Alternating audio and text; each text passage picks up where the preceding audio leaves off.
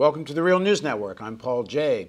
President Obama has issued an executive order placing sanctions on 7 Venezuelan officials for alleged human rights violations and political prosecution of opposition protesters since February 2014.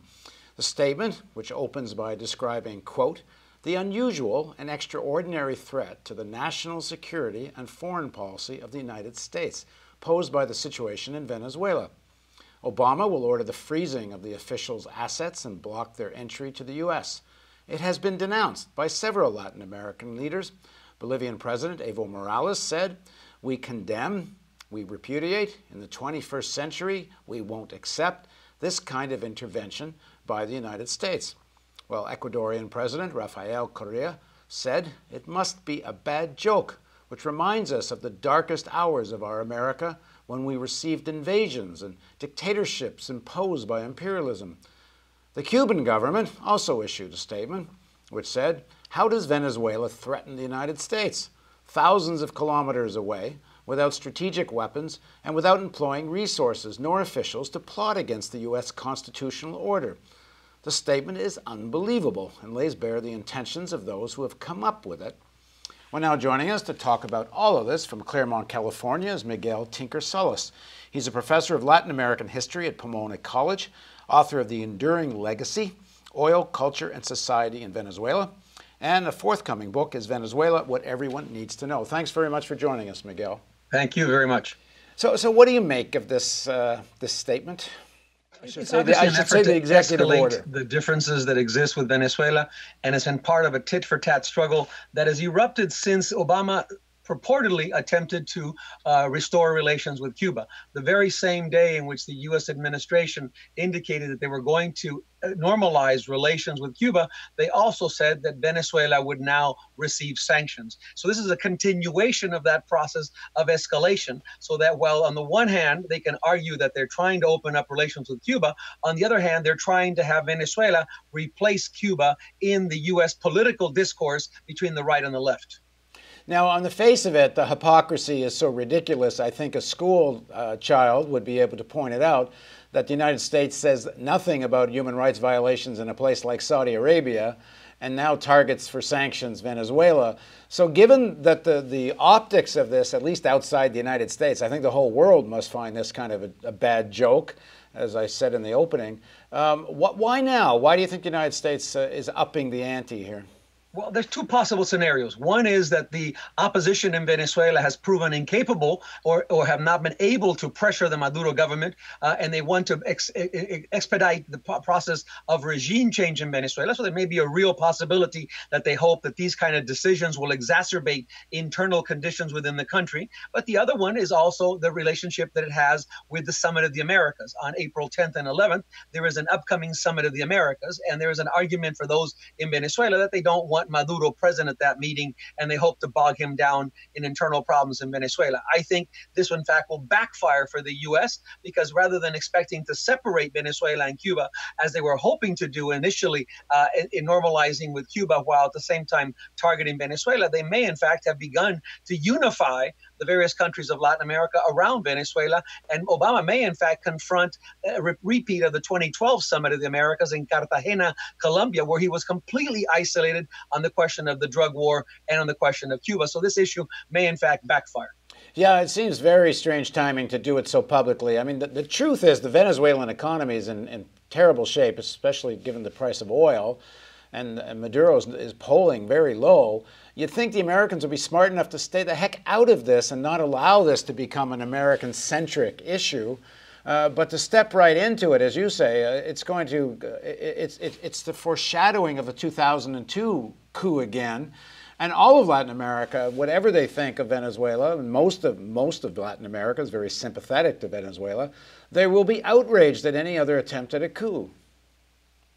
I think that's obvious. And I think the larger issue is that they're actually playing therefore, this card, this notion that they can cause real divisions between Latin America and Venezuela, and they're hoping to isolate it. Again, that's why, in other words, they attempted to normalize with Cuba while at the same time attempting to condemn Venezuela. So I think it plays into that argument. I think the other part of it that's important is that they're also fishing in troubled waters. They're trying to see if by doing this action against largely military individuals, they can see if there's other fissures within the military or within the judicial system, because this sends a strong message to the Venezuelan military. We're watching you, we're targeting you, and much like they did in Chile, they're trying to find different gaps, spaces, fissures within the military, particularly if there's differences with the current government that they can able to exploit, particularly around a potential coup. Now, what do you make of Maduro throwing, what is it, like 100 people out of the U.S. Embassy? Reducing it down to 17 people. It seems to me I don't quite get that. If you think the U.S. Embassy was directly involved in the coup attempt that the Venezuelan government has described, then why don't you throw them all out? And if you don't think they're directly involved, then don't throw anybody out. But Obama in some sense does have to respond to that kind of throwing out of all his people. Except that the Venezuelans are responding to the fact that there are only 17 Venezuelans in the U.S. intersection in Washington. So what they're saying is we want parity. If we're only allowed to have 17, then you should only be allowed to have 17. Why do you need such a large diplomatic mission at a time when you don't have an embassy here or an ambassador here? That's the larger question they're asking. The same thing in terms of the visas, because the U.S. requires Venezuelans to have a visa and go through a long, intricate process and pay large sums of money in order to get a visa. So Venezuelans are doing what exactly the Brazilians did, which is obligate U.S. residents to go to the consulate, pay their fee, and get a visa so they can control access into their own countries and at the same time have essentially parity. So I think that the reduction of the embassy staff and the question of the visas go hand in hand in this tit for tat back and forth between Washington and Caracas. Now there's elections by the end of 2015 for the National Assembly. How do you think all this relates to that? Well, I think that, as I suggested, that this is an ongoing effort to destabilize Venezuela. Venezuela has been targeted for regime change in Latin America by the Bush administration, by the Obama administration. Bush attempted to inoculate Latin America against Venezuela.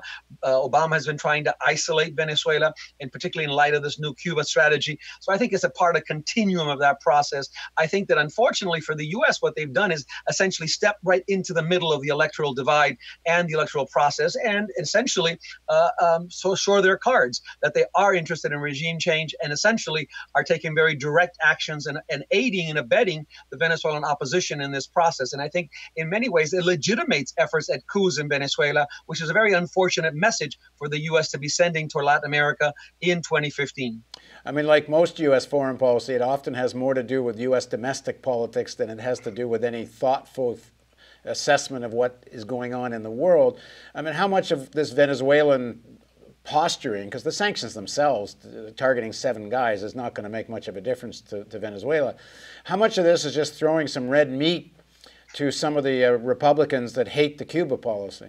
Well, there's no doubt it could be a factor, particularly in light of the fact that Bob Menendez, senator from New Jersey, may in fact be indicted and as a result has been one of the strongest advocates on behalf of sanctions against Venezuela.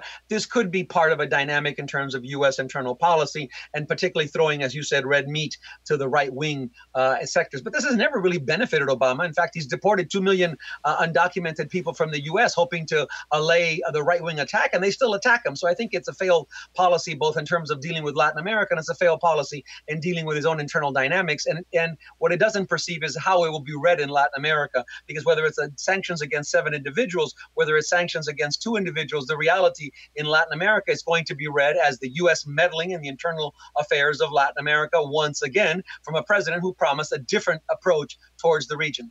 All right. Thanks very much for joining us, Miguel. Thank you very much. And thank you for joining us on the Real News Network. But before we sign off, let me just say something for transparency's sake.